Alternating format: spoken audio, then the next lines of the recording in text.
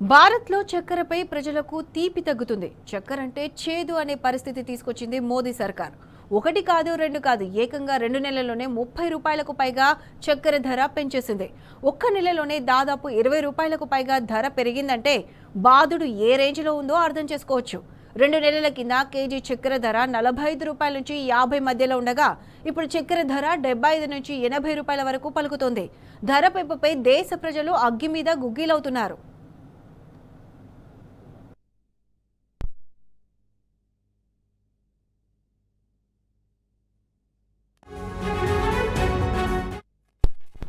కొన్ని రోజుల క్రితం ధర తగ్గిస్తామంటూ కోతలు కోసిన కేంద్రం మళ్లీ ధర పెంచడంపై ఆగ్రహం వ్యక్తం చేస్తున్నారు.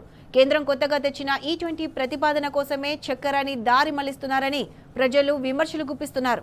ఇథనాల ఉత్పత్తి కోసం చక్కెరను దారి మళ్లించడం వల్లే ధరలు పెరిగాయంటున్నారు. కేంద్రం మాత్రం పంట దిగుబడి తక్కువగా రావడం వల్ల, నిల్వలు లేకపోవడం వల్లే అంటూ కథలు చెబుతుంది. ఇన్ని సంవత్సరాల్లో ఉత్పత్తి ఎన్నోసార్లు తగ్గింది. అప్పుడు చక్కెర ధరలు ఎందుకు పెరగలేదని కేంద్రాన్ని ప్రజలు నిలదీస్తున్నారు.